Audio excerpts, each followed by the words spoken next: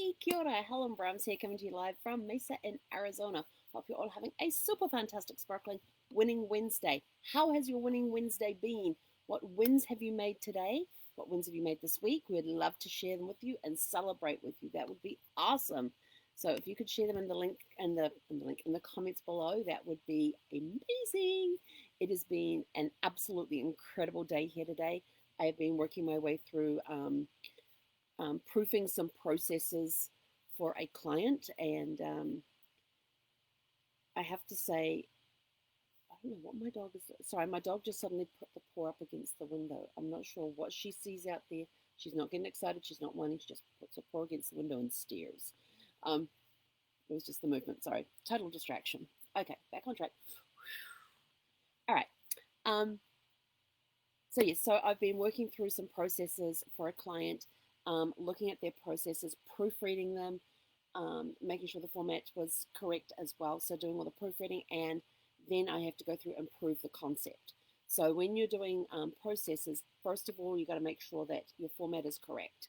Then you've got, well, first of all, you've got to have all your steps written out there, what each step is. And I mean every step. So things like open your browser, go to this website, log into the website, go to this place in the website, do this, click here, click this.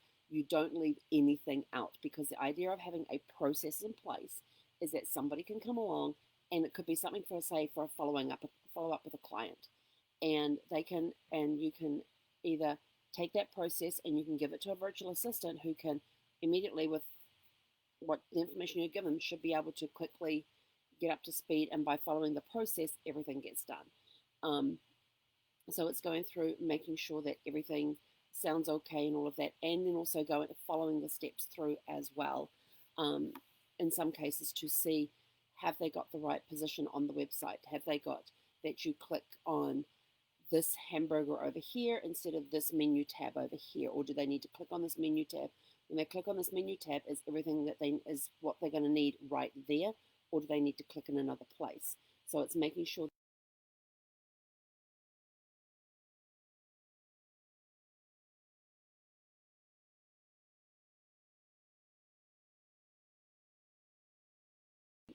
And this is how my brain just mystifies the crap out of me.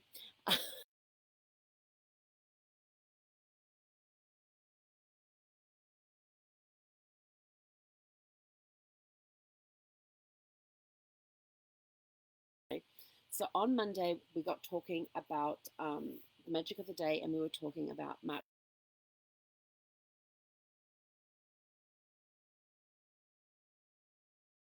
And I talked about the fact that I had never read Tom Sawyer.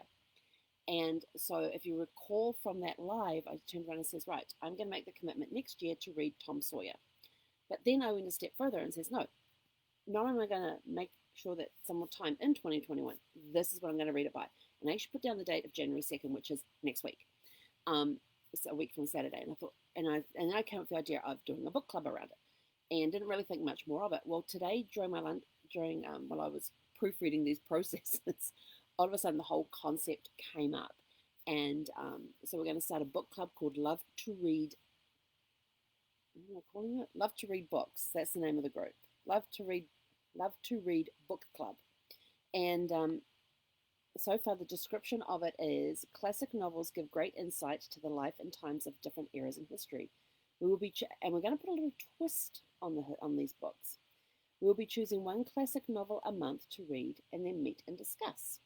Our discussion meetings will take place via Zoom on the first Saturday of the month. Ask yourself these two questions as you read. Number one, do I have anyone in my family tree who lived in the location and the time the story was set in? And number two, what do I know about my ancestors living during this time? And there will be discussions each month about the characters in the story. And then in the group, we're going to put questions throughout the month as well about the book and things like that. So the link, if you would like to join us, the link is in the description of this live.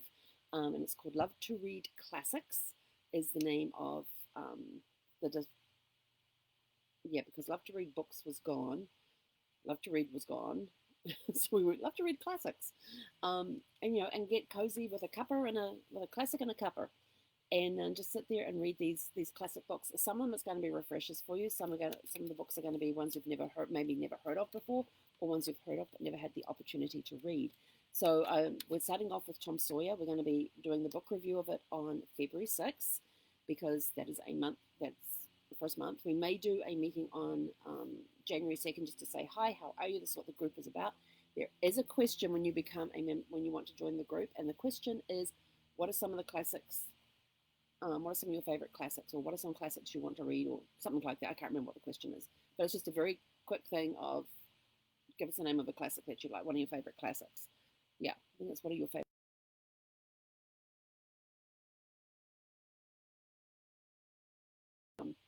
Jane Austen, when she wrote her books, what era did she live in England, and what was life like during that time? And you'll learn about some of that through the book, about what the time was like, and you learn about the different classes within society, the different society classes, and about how this class of society doesn't mix with this class or this class, and things like that.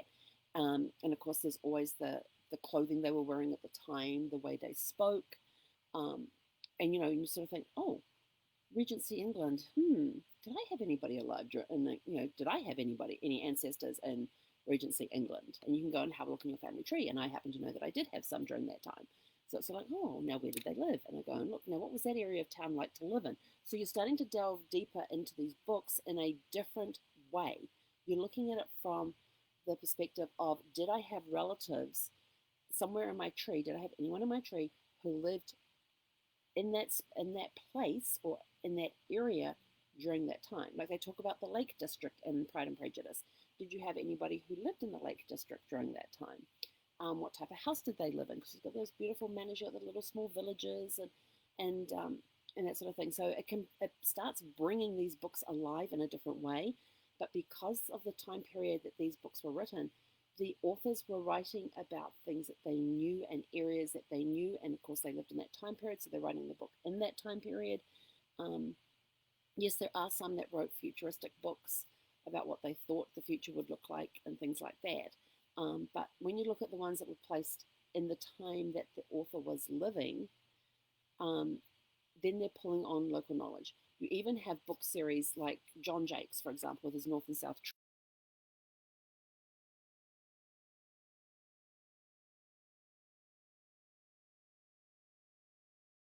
who have a connection before, create a strong connection before the war, and then during the war, what happens with them, and then what happens after the war. So, and then it's sort of like, okay, well, they're taking place in, see, there was, oh, I'm trying to remember. George lived in Maryland, and, God, can't think of Patrick Swayze's character in the miniseries. Um, and they lived in, what was it, in the Carolinas? Oh, I can't remember what southern state they lived in. But then you can go and look.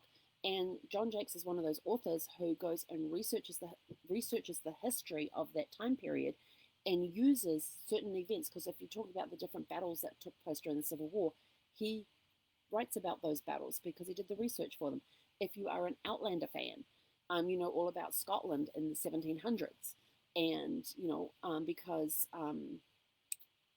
damn, can't think of the author's name. Huh, I didn't even know what I was going to say today, so I couldn't even go look it up. Diane, she wrote the Outlander series.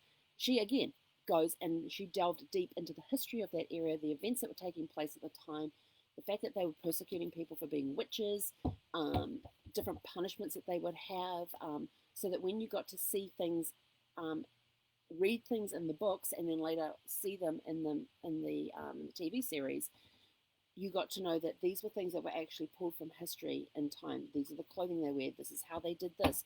This is how they did that. This is why they believed this way. This is what they happened with these people over here. If you got caught for this, this was your punishment. So they delve into things like that. So when we start delving into the classics, we're looking at books that were written in those time periods when the author lived, and so we're able to get a glimpse into periods of history, and we can go research it more. We can look, did I have ancestors in that time? Did I have anybody in my family tree living in that particular area that book took place in that time? And what was their life like? And then you can go research that. And so now that book becomes alive for you because that time in history that the book's talking about, you now have a personal connection to that. And so that's just a little twist that we're putting on to reading these books is tying it in with genealogy. But at the same time, we're also going to discuss, the great characters that are in the books, the events that take place in the books, and have discussions on them. What did we think of this character during this incident? And did we think, and the number of times I read Pride and Prejudice, and I don't mind reading it again. For anybody who wants to read it again, as a suggestion, we take suggestions as well. That's why I asked the question at the beginning of when you go to join the group. But if you'd like to come join us in the group, please click on the link that is here in the group. And this was all, like I said, came up with the concept on Monday, pushed it to the back of my mind. It suddenly popped up this morning when I was working on the processes. So during lunchtime, I actually pulled out my ideas book and wrote about it down in there, and quickly came up with a cover page for the group, or actually came up with two, and put them into my mastermind group to get their feedback. So there may be more changes coming to the group, but it was just quickly put together today with the concept I had in my head. But again, there may be changes coming to the group, but we are going to be reading classics, and the first one we're going to be reading is Tom Sawyer. And when you get there, you'll see the posters there. There's a link to go get the copy of Tom Sawyer. And actually, if you click on that link that's in the Facebook group for the Tom Sawyer book, it takes you to a free Kindle edition of the book. That's a little secret.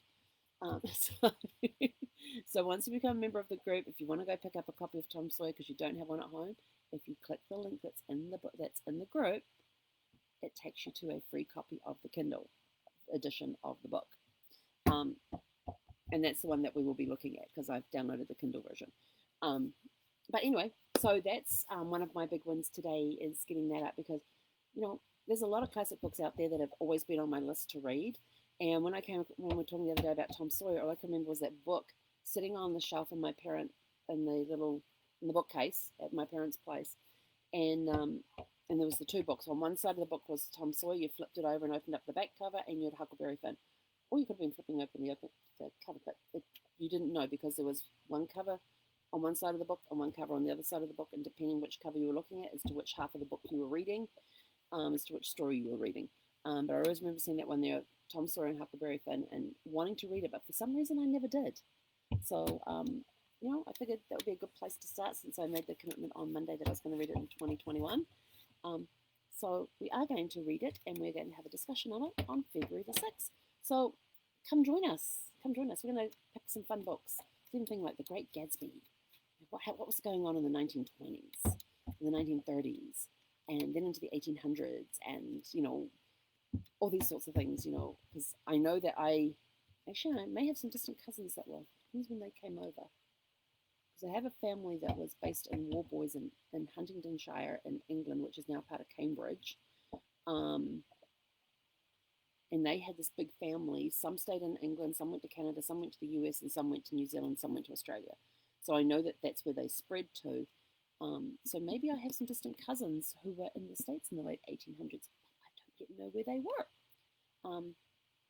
So that would be interesting to find out if we read a book based in the late 1800s here in the US. Then I could go check out these distant cousins and see what they were up to at the time. And yeah, so I'm kind of looking forward to it. So I hope you come join us. How was your winning Wednesday? Let us know what your wins were for today so we can celebrate with you. And we're going to leave you and head out for a quick walk. We'll head out for a nice walk. And we will catch you guys tomorrow for Thankful Thursday. It is also Christmas Eve tomorrow for those celebrating Christmas. So have a super fantastic sparkling evening, and we will catch you tomorrow for Thankful Thursday and Christmas Eve. Hej konare.